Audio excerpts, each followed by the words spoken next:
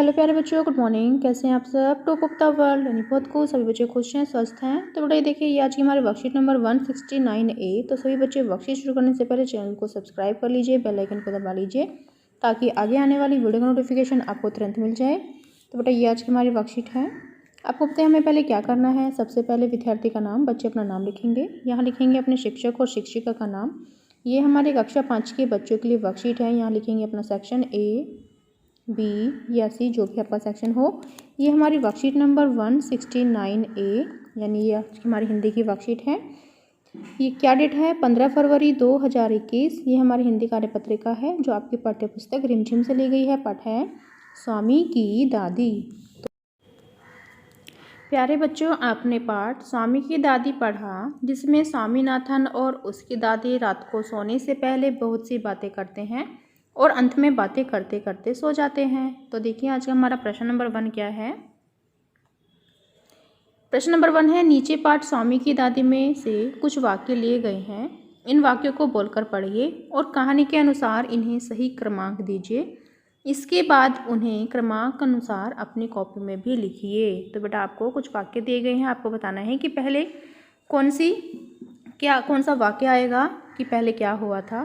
ठीक है, तो देखो यहाँ पर क्या है, पहले पढ़ लेते हैं। सच बड़ा बहादुर लड़का है, मैं कई सालों तक उसे गले में पहनती रही। फिर नेक्स्ट है, अरे नहीं, उसे 100 में से 90 मिलते हैं। फिर अच्छा बताओ कितने शेर आए थे। ओह दादी, तुम नहीं जानती राजम कितनी ऊंची चीज़ है।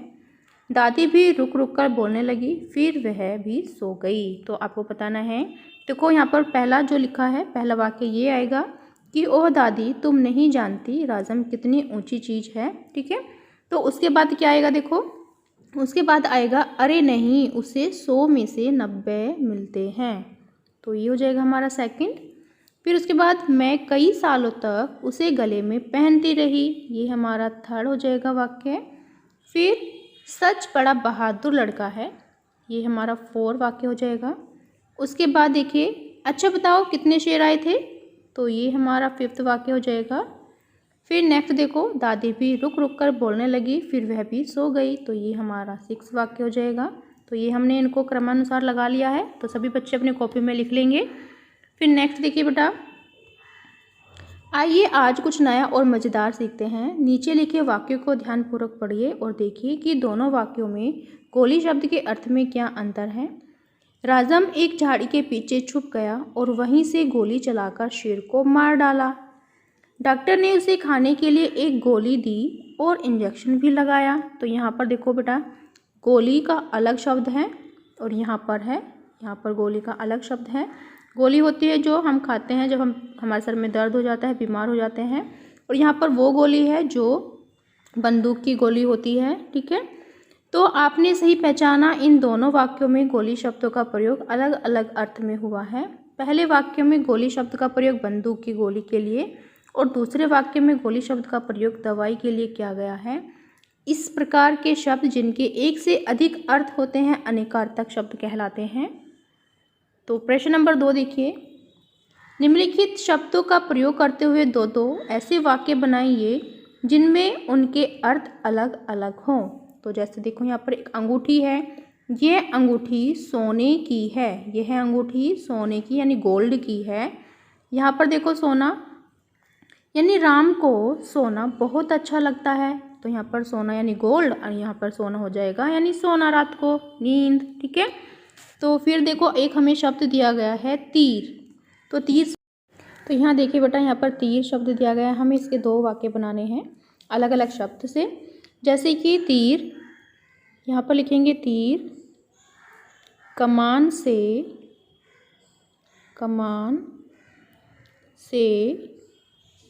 निकल चुका है। ठीक है, तीर कमान से निकल चुका है, तो ये वाक्य हो जाएगा हमारा। फिर एक बना सकते हैं, जो तीर होता है वो नदी का किनारा होता है, कि हम लिख सकते हैं नदी का तीर दूर था। ठीक है, नदी का तीर दूर था। फिर नेक्स्ट देखिए, नेक्स्ट शब्द क्या है, जल। जल, तो मुझे ठंडा जल पीना है। मैं लिख सकती हूँ, मुझे ठंडा जल पीना है। जल मीन्स पानी, ठीक है, मुझे ठंडा जल पीना है। और यहाँ पे मैं लिख सकती हूँ कि खाना बनाते वक्त, खाना बनाते वक्त मम्मी का हाथ जल गया। मम्मी का हाथ जल गया, ठीक है। ये दो अलग अलग वाक्य हो गए, एक जल मीन्स यानी पानी और एक जल हो गया यानी जलना, ठीक है। फिर नेक्स्ट देखिए बेटा, प्रश्न नंबर 3 हमारा क्या है, निम्नलिखित शब्दों के अलग अलग अर्थ बताते हुए उनसे वाक्य बनाइए और उन वाक्यों को अपनी कॉपी में भी लिखिए। तो आपको कुछ शब्द दिए गए हैं, तो इनको आपको अर्थ अलग अलग बताते हुए इनके वाक्य बनाने हैं। जैसे बस, बस के दो मतलब होते हैं, एक तो बस जिससे हम सवारी करते हैं और एक बस होता है इनफ यानी बहुत हुआ, काफ़ी हो गया, ठीक है। उत्तर, एक उत्तर मतलब दिशा होती है, दिशा, और एक उत्तर होता है यानी जवाब। शेर होता है एक तो जंगल का राजा शेर, और एक जो हम शेर कहते हैं, शायरी करते हैं, वो हो गया। स्वर हो गया बेटा, एक तो स्वर हो गया हमारी आवाज़, और एक स्वर का अर्थ होता है कि हिंदी वर्णमाला में कितने स्वर होते हैं, ठीक है। चोटी यानी कि एक तो हो गई बालों की चोटी, और एक अर्थ हो गया चोटी का शिखर। तो चलिए देखते हैं इसका उत्तर। ये देखिए बेटा, यहाँ पर है बस यानी गाड़ी होती है। आज हम बस से नाना नानी के घर जाएंगे। फिर दूसरा जो अर्थ है बस का वो हो गया काफ़ी। आज के लिए बस करो, मेरा पेट भर गया है, ठीक है, यानी मैंने बहुत खा लिया है। प्रश्न नंबर 2 देखिए, मतलब इसी का सेकंड पार्ट, उत्तर। जो उत्तर का मतलब होता है एक दिशा होती है कि हिमालय उत्तर दिशा में है, और एक उत्तर का होता है अर्थ जवाब देना, यानी मीना ने मेरे सभी प्रश्नों के उत्तर नहीं दिए। फिर नेक्स्ट देखो बेटा, थर्ड क्या है, शेर, जो जानवर है, यानी शेर जंगल का राजा होता है। शेर मीन्स शायरी, यानी अरे वाह क्या शेर सुनाया है। फिर नेक्स्ट देखो 4 स्वर, स्वर यानी स्वतंत्र ध्वनि। हिंदी वर्णमाला में 13 स्वर होते हैं, और स्वर मीन्स आवाज़। गीता मीठे स्वर में गीत गाती है। ऐसे देखिए नेक्स्ट है चोटी, चोटी यानी शिखर। रोहन हिमालय की चोटी पर बिना रुके चढ़ गया, चोटी होती है। फिर नेक्स्ट है इसका अर्थ बालों की चोटी, यानी मीना 2 चोटी बनाकर विद्यालय जाती है, ठीक है। यहाँ से हम अपना आंसर लिख लेंगे। फिर नेक्स्ट प्रश्न देखते हैं। फिर नेक्स्ट प्रश्न हमारा प्रश्न नंबर 4 है, लॉकडाउन के बाद अब अनलॉक की प्रक्रिया शुरू हो गई है। मान लीजिए कि आपको किसी कारण से अपने रिश्तेदार के घर जाना पड़ रहा है। वहाँ पर मोबाइल नेटवर्क कम होने का कारण आप 1 सप्ताह तक फ़ोन द्वारा विद्यालय का काम करके नहीं भेज पाएंगे। यह कारण बताते हुए अपने विद्यालय के प्रधानाचार्य जी को 1 सप्ताह के अवकाश के लिए प्रार्थना पत्र लिखिए। तो चलिए बेटा इसका आंसर देखते हैं। तो बेटा हम सबसे पहले क्या लिखते हैं, सबसे पहले हम लिखते हैं सेवा में, फिर लिखते हैं हम प्रधानाचार्य जी, फिर उसके बाद अपने स्कूल का नाम लिखेंगे सभी बच्चे, जैसे राजकीय सर्वोदय बाल विद्यालय।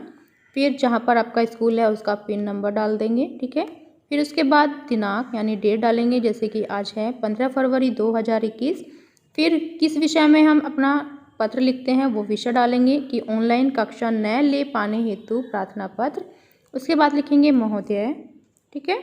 फिर उसके बाद क्या लिखेंगे, सविनय निवेदन यह है कि मेरा नाम विनय है, यानी यहाँ पर आपको क्या करना है, अपना नाम लिखना है।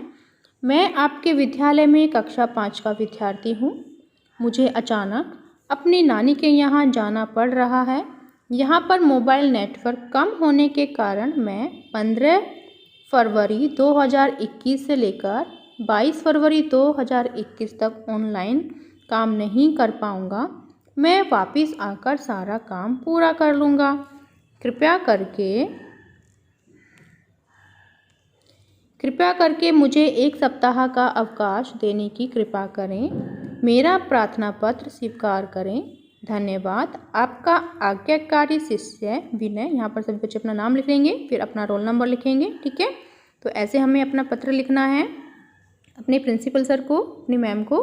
फिर नेक्स्ट देखते हैं। फिर नेक्स्ट है अनेकार्थी शब्दों के और अधिक अभ्यास के लिए रिमझिम की अभ्यास पुस्तिका का पृष्ठ संख्या 74 कीजिए। अभिभावकों के लिए सुझाव: बच्चों को घर के सभी सदस्यों का आदर करने, बुजुर्गों का विशेष ध्यान रखने व उनके साथ अधिक समय व्यतीत करने के लिए प्रेरित करें। बड़ों के द्वारा सुनाई गई कहानियाँ व उनके अनुभवों पर आधारित किस्से बच्चों के लिए बहुत प्रेरणादायक होते हैं। कोविड-19 के दौरान अपेक्षित व्यवहार: अपने हाथों को साबुन में पानी से नियमित रूप से धोइए। तो बेटा ये थी आज की हमारी वर्कशीट। सभी बच्चे इसका रिप्लाई करेंगे। मिलते हैं कल नई वर्कशीट के साथ। आपका दिन शुभ हो। Have a nice day. Bye bye बेटा। वीडियो को लाइक कीजिए, सभी दोस्तों के साथ शेयर कीजिए। Thank you.